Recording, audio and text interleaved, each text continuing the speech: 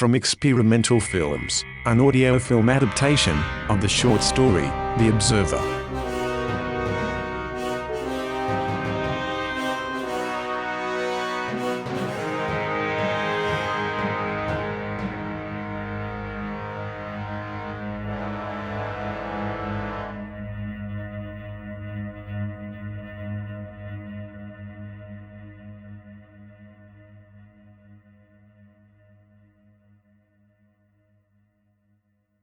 The setting for our story is a retirement home about 50 miles north of Boston. An old man, almost a century old, is sitting alone in the activities room. Nervously, he fumbles with a glass of water on the table in front of him, but he doesn't drink it. He's worried that he might be in trouble. He thinks that his former employer is angry at him for something he recently did. He is certain that the director of the home told his former bosses what he did. Through the window, he sees a long black sedan enter the parking lot. A large man in an expensive black suit gets out of the back door and walks toward the entrance of the private rest home. He goes through the door and walks up to the receptionist. Good afternoon. Welcome to the Woodlands at Quiet Bay.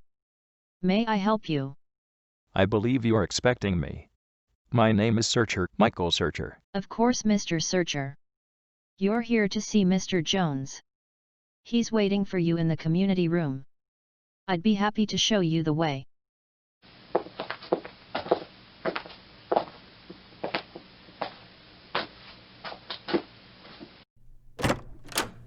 Here we are. There's Mr. Jones. Hello, Mr. Jones. Your friend Mr. Searcher is here to see you. Thanks for your help. I see him. I'll go over and sit with him. Hello, Mr. Searcher. I've been waiting for you. I'm sorry for all the trouble. Let's not worry about any trouble right now, Mr. Jones. I'm pleased to see you. How have you been? Are you okay? Are you feeling well? I'm fine, Mr. Searcher. I'm sorry for the trouble that I've made. And I guess you have come today to eliminate me. To rub me out. I've been on this job for 80 years. I hate to go out this way, but... Calm yourself, Mr. Jones. You're not in trouble. Nobody is going to get rubbed out. You were, and still are, a valuable man to our company. Thank you, Mr. Searcher. When they told me you were coming, I thought I was surely done for. But I have to admit what I did. My job is to be an observer. By definition, an observer must observe, but not get involved. So when I saw the white squirrel atop a drift of new fallen snow, I knew that I was supposed to ignore the hawk that was flying above it. People might say that saving a tiny rat-like creature hardly qualifies as interference, and I would agree, but that does not mean the boss would. Besides that, I saved a beautiful red bird, the one in the cage in my room. It's a cardinal. It had fallen from the nest and had a broken wing. For weeks the baby's parents stood guard and brought it food. They were waiting until the baby would be developed enough to fly back to the nest. While one parent tended to the 3 babies still in the nest, the other was constantly at the side of the injured one. Tenderly, the offspring was fed with food transferred from the loving beak of mommy or daddy, depending who was on duty. Danger arrived one morning in the form of a 5-pound osprey, which had ventured from its usual lakeside feeding grounds. An osprey is a powerful hunter. With its grappling claws extended, it was swooping towards the fledgling cardinal. The mother bird in the nest saw it first. "Chep, chep, wheat, wheat, dee-da-dee-da-dee-da-dee tweet tweet," she screamed in alarm and zoomed down to the side of her mate. They stretched their wings out as far as possible and puffed up their feathers to make themselves appear larger. Together their wingspan of 2 feet matched that of the predator, but their combined 4 ounces of weight didn't even qualify them for a bantamweight fight, let alone a death match against a massive 80-ounce monster. And yet when the male redbird thrust out his chest, and the onyx mask on his face was highlighted by a sharp beak twisted into a sneer, the keen-eyed osprey took notice and slightly checked the speed of its dive. A second twinge of doubt quickly followed, when he noticed that the gray mask of the female cardinal also had the same corkscrew-shaped beak. The mated pair of cardinals bravely flew towards the rapidly descending predator. The eagle-like bully soared close enough to nearly lose an eye to the slashing blades of the crimson tandem, before deciding to go back to his regular diet of helpless fish that do not fight back. I watched all this as a good observer should, never stepping in even when it looked as though all three birds plus the babies in the nest would end up as the osprey's morning meal. 1 week after that crisis, the three youngsters in the nest took their first test flights. All went well, and with a final glance at their parents, they flew off to make their own earthly way and continue the cycle of life. Ever mindful of their duty, the pair who had mated for life, waited for their injured child to expand his wings and soar away. He flapped furiously, but was unable to get even a fraction of an inch off the ground. It was his broken wing. Never properly healed, it was as functional as a fallen log. The parents stayed for 3 more sunrises by the side of the young one-winged red bird. Finally they had to leave, as it was time for them to restart their cycle. Soon they would start their next nest and would have 2 to 4 new fledglings to feed and care for. One Wing, as I now called him, was alone in the harsh world and would soon lose his life to a wandering feline or perhaps a random hawk.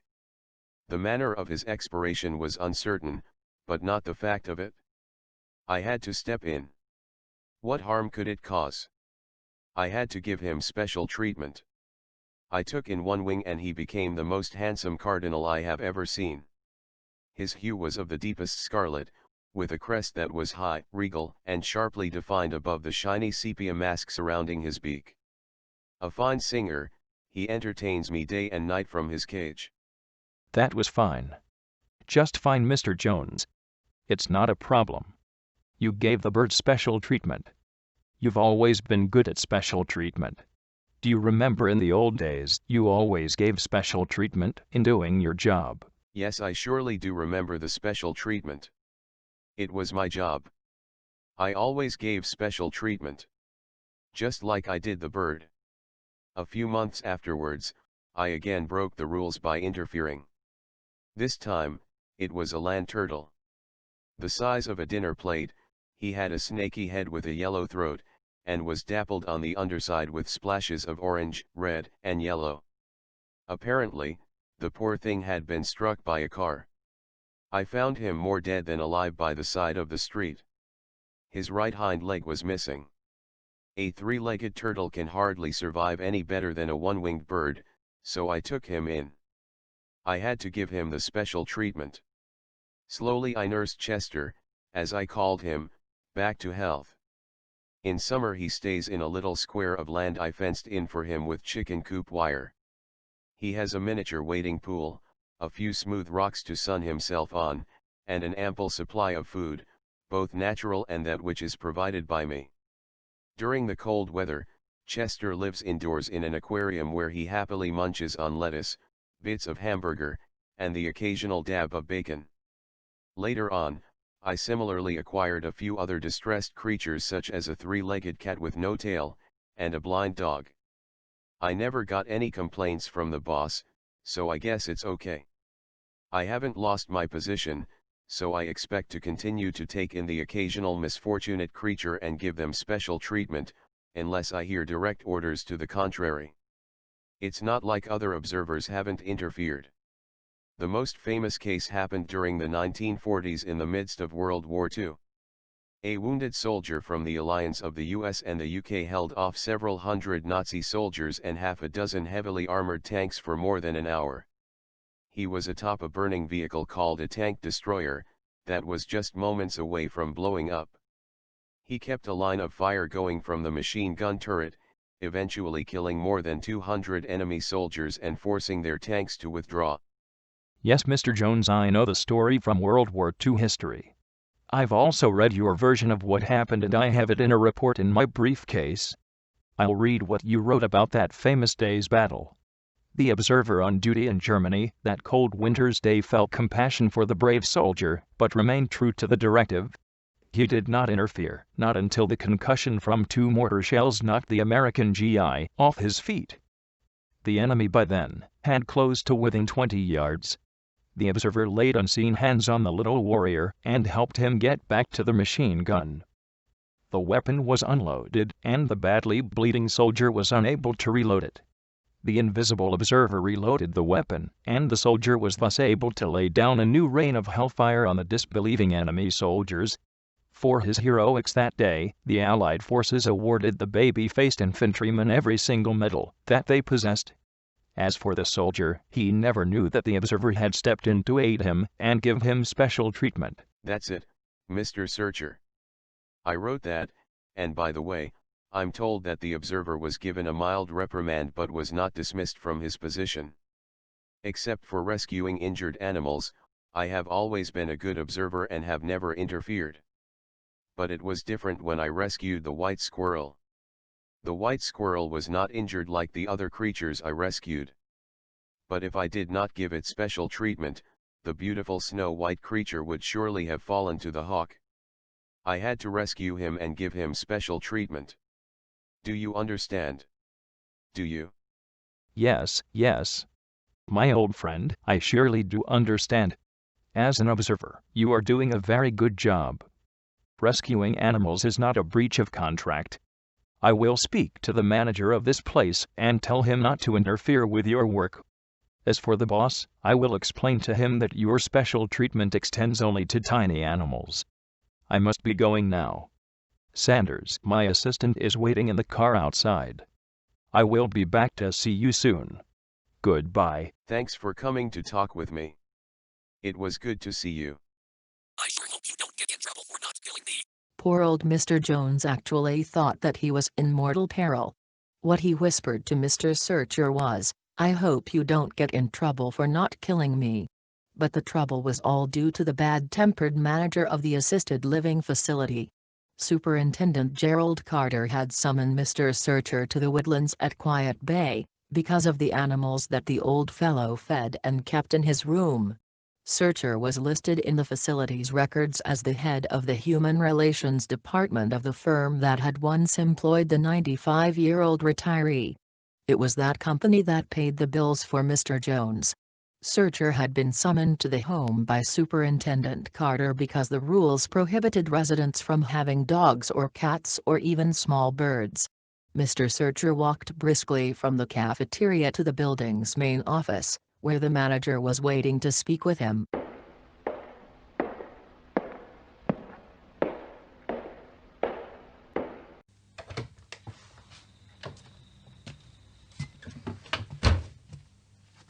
I'm sorry to barge in on you without knocking, Superintendent, but I have a busy schedule. Why did you ask me to come here today? What's the problem concerning my friend Mr. Jones? Mr. Searcher, I am sorry that I had to call you, but it's really becoming too much. We let him have the bird and the turtle. Then he got the cat and the dog. Now, we simply cannot have the squirrel. Just a moment, Superintendent Carter. Has he caused any problems with other residents? No. He's fine with everyone. He doesn't make any trouble. He doesn't say much. But he watches everyone. Yes, Carter. I know that. Listen, Carter. The man is 95. He worked many years in a stressful job. He's under some sort of a delusion that his job is to observe people. He thinks he has a directive from a secret organization to watch everything that happens here. I would suggest, Carter, that this is a harmless thing. Your company is being well paid for the services you provide. I strongly recommend you allow him his eccentricities since they do not affect anyone but himself. I trust this settles the matter. Good day. Something in the manner of Mr. Searcher and the quiet, confident way he carried himself, prompted Carter to abandon his prepared arguments and simply nod his assent. Searcher let himself out. The manager watched him leave and remained at his desk for a time, wondering if perhaps he had been silently threatened by his visitor. It wasn't so much what Searcher said, as the grim, forceful look on his face. His countenance was like that of a skilled warrior who could appear calm on the surface yet with little provocation, instantly explode into a maniacal fury. Carter decided that he had made a wise decision in agreeing with Mr. Searcher. Searcher pushed open the facility's exit doors without waiting for them to part automatically. As he reached the sidewalk, his car pulled up to the curb. He didn't wait for the driver to open the rear door, yanking it quickly ajar. He sat down next to his assistant, Sanders. Searcher, is it him? Did you take him out? If not, when do we get him? Enough, Sanders, enough. The guy is 95 years old. He's non-compos mentis. Loco, loony. He's lost his faculties. Okay, I get it. The old guy is nutty as a fruitcake, but so what? If he's our guy, we gotta live up to our motto. I know, Sanders. I know. Albeit mocked fry. Work makes you free. It was written on the entrance to the concentration camp, where my grandparents were killed. Yours too. Work makes you free. It's also our mantra. When we joined the organization and swore to hunt down Nazi concentration camp killers, it was that work which made us free. It doesn't matter if the guy is 95 or 106. If he's the guy, he must die. Sanders, that's our job, our work, and our freedom. Listen, Sanders. It's over. The war is over. It's been over for more than 70 years. We have to put it behind us. The guy thinks he's an observer. He thinks special treatment is saving lives. He doesn't remember that in 1941, Hitler put him in charge of special treatment, the extermination of 6 million people. Throttling the old man is not going to bring them back. I think that from now on, instead of chasing down the last of the old killers, our group should just focus on keeping people aware of what happened. You mean we should forget about the few remaining Nazis, but make sure the world never forgets what happened? That's right, Sanders. No more work. No more killing to make us free. Our new motto will be remember the Holocaust, never again. Never, never, never again. As the long black sedan pulled onto Route 128, north of Boston, Sanders scratched his head in disbelief. He had worked with Searcher for many years. They had found and killed 17 war criminals. It was their life's work. Once a man or a woman joins the organization, there's no getting out. There is only one way to leave the group. Sanders reached inside his coat. He fingered the Glock in his shoulder holster, and wondered if he was going to use it.